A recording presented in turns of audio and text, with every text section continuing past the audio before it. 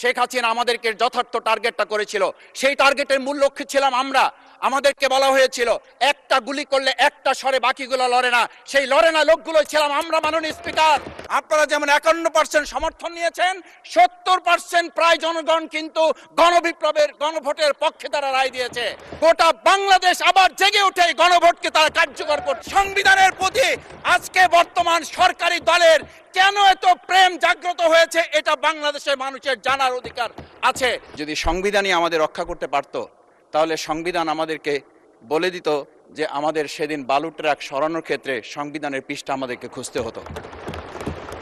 সংবিধান যদি আমাদেরকে রক্ষা করতে পারত, তাহলে 72-এর সংবিধানের আলোকে আজকে আমাদের এখানে থাকার কথা না। আমি শফিকুল ইসলাম মাসুদ, আমার এখন জেলখানায় থাকার কথা। সংবিধান যদি মানতে হতো, তাহলে আমাদের মাননীয় প্রধানমন্ত্রী বাংলাদেশে থাকার কথা না, ওনার দেশের বাইরে থাকার কথা। সংবিধান মানতে হলে বর্তমান স্বরাষ্ট্রমন্ত্রীর এখন দেশের বাইরে থাকার কথা ছিল। এখন মহামান্য রাষ্ট্রপতির ভাষণ সম্পর্কে আনীত ধন্যবাদ প্রস্তাবের উপর আলোচনা করবেন পটুয়াখালী 2 আসন থেকে নির্বাচিত মাননীয় সংসদ সদস্য জনাব ডক্টর মোহাম্মদ শফিকুল ইসলাম। আপনার সময় 5 মিনিট। আমার তো 8 মিনিট ছিল, আমি যতটুকু জানি।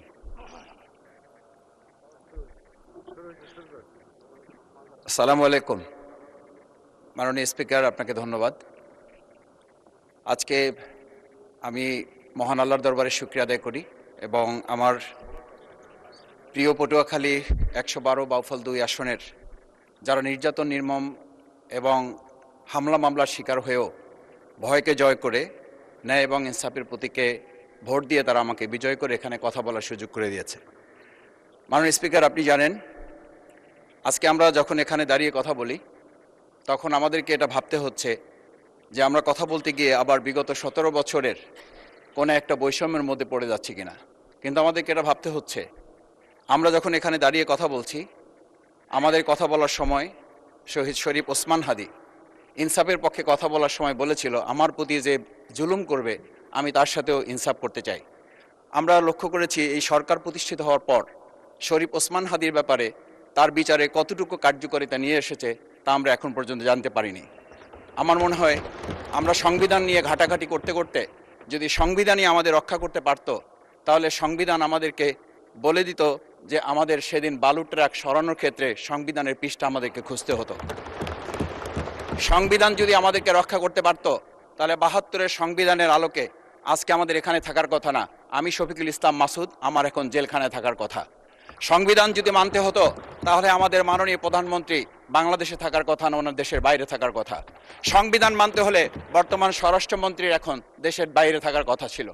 সংবিধান মানতে হলে যে বাচ্চাদেরকে আজকে এখানে শিক্ষা দেওয়া হচ্ছে, দীক্ষা দেওয়া হচ্ছে, কিংবা তাদেরকে কোনো কোনো ক্ষেত্রে জাসদের সাথে তুলনা করা হচ্ছে, সেই বাচ্চাদের নিয়েই আমরা এই সরকার দলের লোকদেরকে, সরকার দলের সম্মানিত নেতৃবৃন্দকে আমরা চোখের পানিও ফেলতে দেখেছি। আবার কাউকে কাউকে কথা বলতেও শুনেছি যে এই সমস্ত বাচ্চাদের, আমরা তাদের শিক্ষার্থীদের আন্দোলনের সাথে আমাদের কোনো সম্পর্ক ছিল না।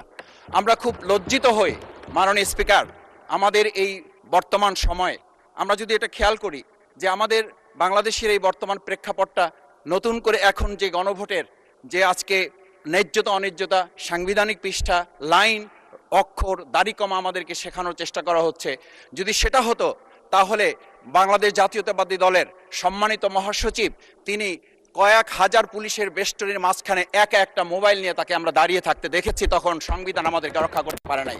মাননীয় স্পিকার, আমি 350 মামলা নিয়ে 7 মাসের ব্যবধানে, আপনিও আমার 2-1টা মামলাতে আপনি আমাকে সহযোগিতা করেছেন, সেটা এই সুযোগে ধন্যবাদ জানাতে চাই। আমার 350 মামলা জামিন করতে 7 মাস সময় লেগেছে, আমার বের হতে সময় লেগেছে 4.5 বছর। আমি সেই 4.5 বছরে 3 বার রিয়ারেস্ট হয়ে 2 বার গুম হয়েছি। আমি তখন ডিজিএফআই, এনএসআই, ডিবিএসবির কাছে জানতে চেয়েছিলাম, আমার সামনে দিয়ে বড় বড় নেতারা বের হয়ে যাচ্ছে, আমার অপরাধটা কি? তখন বলেছিল তারা হুমকি না, হুমকি হচ্ছেন আপনারা। আমাদেরকে যখন শেখ হাসিনার শেষ সরকার নিষিদ্ধ করেছিল, তখন তারা 14 দল মিটিং করে বলেছিল এই জামাত শিবিরই হচ্ছে সবচেয়ে বড় সমস্যা, তাদেরকে নিষিদ্ধ করলে এই আন্দোলন থেমে যাবে। আজ একটা কথা পরিষ্কার বলতে চাই, এই গণবিপ্লব নিয়ে আমাদের মাথা ব্যথার মূল কারণ হচ্ছে এখানেই। শেখ হাসিনা আমাদেরকে যথার্থ টার্গেটটা করেছিল, সেই টার্গেটের মূল লক্ষ্য ছিলাম আমরা। আমাদেরকে বলা হয়েছিল একটা গুলি করলে একটা সরে বাকিগুলো লড়ে না, সেই লড়ে না লোকগুলো ছিলাম আমরা। মাননীয় স্পিকার, যার কারণে আমাদেরকে তারা ভয় পায়। আমরা এখন বর্তমান সময় ভিডিও দেখতে পাই যে শেখ হাসিনা বাইরে থেকে বলেছিল আমরা এই দলকে ভোট দিতে বললাম আর সেই দল আমাদের সাথে আবার বিশ্বাসঘাতকতা করেছে। আমরা সেই শেখ হাসিনার বক্তব্য শোনার পর আমরা কাউকে আজকে এখানে বলতে শুনে নাই শেখ হাসিনার ওই বক্তব্য সঠিক নয়। এই মানুষ প্রতারিত হয়েছে, বেইমানি করা হয়েছে।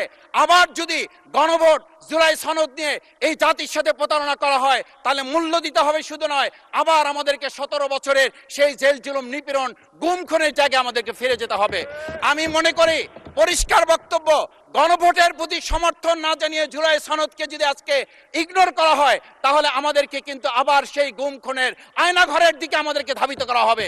আমি মনে করি গণভোটের বিরোধিতা করার অর্থ হচ্ছে আমরা আয়নাঘরকে সমর্থন করতে চাই। গণভোটের বিরোধিতা করা মানে হচ্ছে 70% মানুষকে আমরা অন্যায্যভাবে তাদেরকে আবার ধিক্কার জানাতে চাই। আমি এখানে স্পষ্ট বলতে চাই, আপনারা যেমন 51% সমর্থন নিয়েছেন, 70% প্রায় জনগণ কিন্তু গণবিপ্লবের গণভোটের পক্ষে তারা রায় দিয়েছে।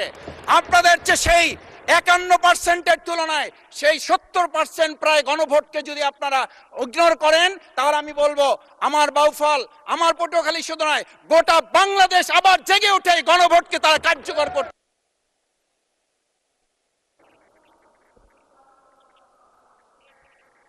ধন্যবাদ, আপনি 1 মিনিট পেয়েছেন। স্পিকার, আমি পরিষ্কার এইটার কথাটা এই জন্য বলছি, আজকে সংবিধানের লাইন ধরে ধরে যদি আমাদেরকে এই কথা জানতে হতো তাহলে আমাদের নেতৃবৃন্দকে ফাঁসির মঞ্চে যেতে হতো না।